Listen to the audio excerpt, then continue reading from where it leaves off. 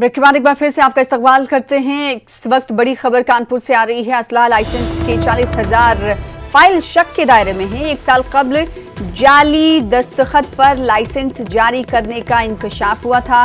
Bikru case में मुलजिमों का licence जारी होने पर भी उठे थे सवाल। इंतजामिया ने जांच के लिए टीम बनाई है। तो इस वक्त की बड़ी खबर, असलहा लाइसेंस के लिए 40,000 फाइल शक के दायरे में हैं। 1 साल कबल जाली दस्तखत पर लाइसेंस जारी करने का इंकशाफ हुआ था, क्योंकि बिकरू केस में हमने देखा था कि मुलजिमों ने 8 पुलिस एहलकार को शहीद कर दिया था।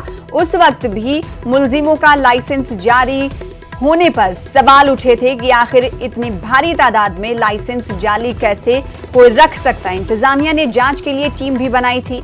असलहा लाइसेंस के लिए 40,000 फाइल शक के दायरे में है। क्या है पूरा मामला, एक बार समझने की कोशिश करते हैं। संदीप सविता हमारे साथ, हमारे नुमाइंदे जुड़ रहे हैं कानपुर से। संदीप, बताइएगा पूरा मामला आखिर क्या है। बार बार ये सवाल उठते और इंकशाफ भी होता है कि जाली असलहा रखा जा रहा है, लेकिन उस वक्त इशू उठता है और बाद में फिर कुछ मालूम ही नहीं होता कि इस हवाले से जो टीम बनाई गई थी उसने इक़दामात क्या कुछ किए।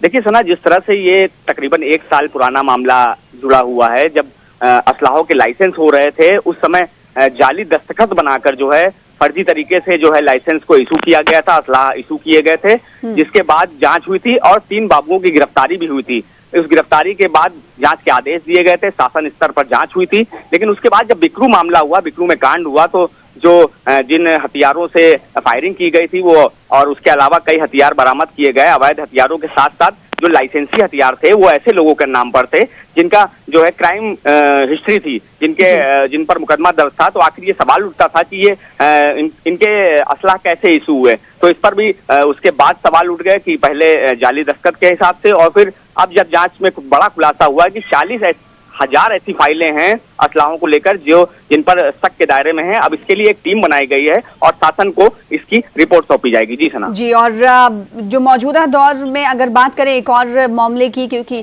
बलिया के इस मामले में भी असलहे को लेकर सवाल उठे हैं और कहा यह गया कि गांव के लोग जिनकी क्राइम हिस्ट्री है उनके पास इतनी भारी तादाद में असलहा कैसे आया, क्या वो लाइसेंसी असलहा था या नहीं। अब ऐसे में इंतजामिया ने जांच के लिए एक टीम बनाई है। अब देखना ये होगा कि जो जाली दस्तखत पर लाइसेंस जारी किए गए हैं उसको लेकर क्या कुछ शवाहिद सामने आते। बेहद शुक्रिया हमारे साथ संदीप सविता जुड़ने के लिए और इस हवाले से तफसील देने के लिए।